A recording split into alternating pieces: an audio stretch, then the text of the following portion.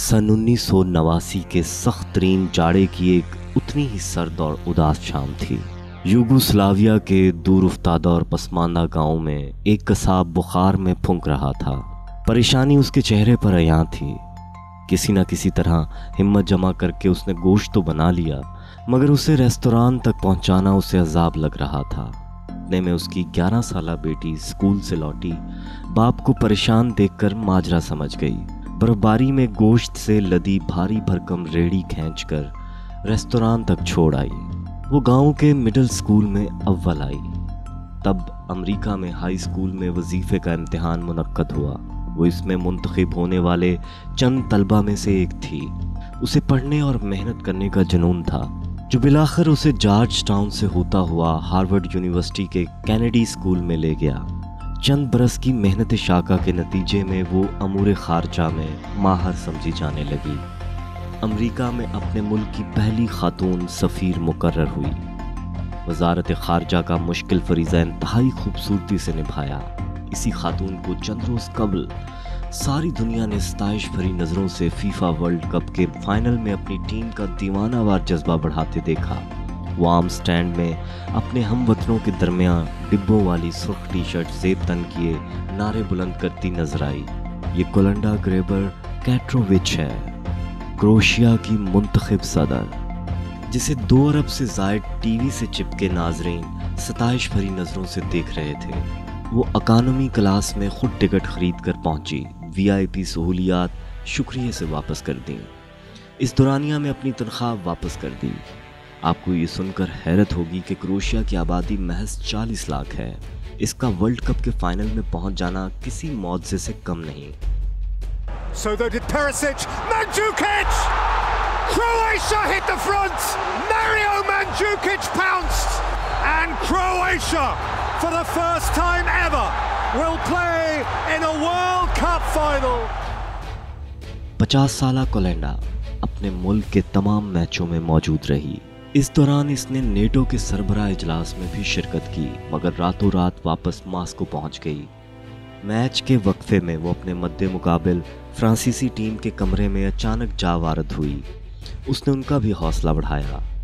Croatia बेहतर team होने के बावजूद तजुर्बाकार फ्रांस की टीम से शिकस्त खा गई। Here's Mbappé! Oh my word! France are the champions of the world! कोलंडा सब खिलाड़ियों से बगलगीर हुई, मगर जब कप्तान मॉड्रिच से मिली तो दोनों फूट फूट कर रो दिए। चश्मे फलक भी इस मंजर का ताब न ला सका। बेतहाशा बरसा। जवान साल मॉड्रिच, जिसे गोल्डन बॉल अवार्ड यानी दुनिया के बेहतरीन खिलाड़ी के एजाज से नवाजा गया, बोला, माँ, मैंने आज तुझे सारी दुनिया के सामने शर्मसार कर दिया। कोलंडा ने उसके कंधे पर हाथ रखा और बोली, मेरे बच्चे, तुम मुट्ठी भर जवानों ने दुनिया के दिल जीत लिए हैं। आज तुम हार कर भी फतेहयाब हो। मेरे मुल्क के लिए इज्जत का ये मुकाम एक धात से बने कप को थामने से बदरजा बेहतर है। कोलंडा ने क्रोएशिया को तरक्की याफ्ता ममालिक में शामिल करने की कसम उठा रखी है। इसने वज़ीर ख़ारजा की हैसियत से इसे यूरोपियन यूनियन का रुकन बनवाया, जिससे रोज़गार और तजारत के बेपनाह मौके मुयस्सर आए। नेटो की पहली मर्तबा खातून असिस्टेंट सेक्रेटरी मुंतखब हुई। आज वो पुतिन और मैक्रोन के बीच खड़ी बुलंदो बाला नजर आई। अल्लाह ने उसे हुस्न सूरत और सीरत का इम्तजाज बनाया। वो 2 जवान बच्चों की प्यार करने वाली माँ, वफाशौर बीवी और वालिदैन की खिदमत गुजार बेटी है। आइए अपने गिर्द निगाह दौड़ाएं तो हम गुलामों की मानिंद अरबपति खानवादों और उनके बाद उनकी औलाद की चौखट को चूमते नजर आते हैं। हमारी बिसारत और बसीरत से महरूम आँख गले में पड़े तौक और पाँव में बंधी जंजीरों को महसूस ही नहीं कर पाती।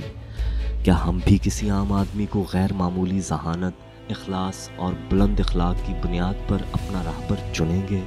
यकीन माने, हमें भी चंद ऐसी कसाब की बेटियों की ज़रूरत है जो हमारी भी किस्मत को बदल दें। इंशाअल्लाह वो सवेरा जल्द तलू होगा। बकौल साहिर।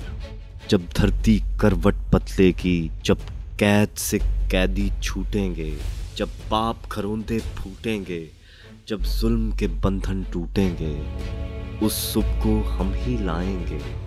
वो सुबह हम ही से आएगी। मनहूस समाजी ढांचों में जब जुल्म ना पाले जाएंगे, जब हाथ ना बांधे जाएंगे, जब सर ना उछाले जाएंगे, जेलों के बिना जब दुनिया की सरकार चलाई जाएगी, संसार के सारे मेहनत कश खेतों से मिलों से निकलेंगे, बेघर बेदर बेकस इंसान तारीख बिलों से निकलेंगे, दुनिया अमन और खुशहाली के फूलों से सजाई जाएगी। उस सुबह को हम ही लाएंगे, वो सुबह हम ही से आएगी।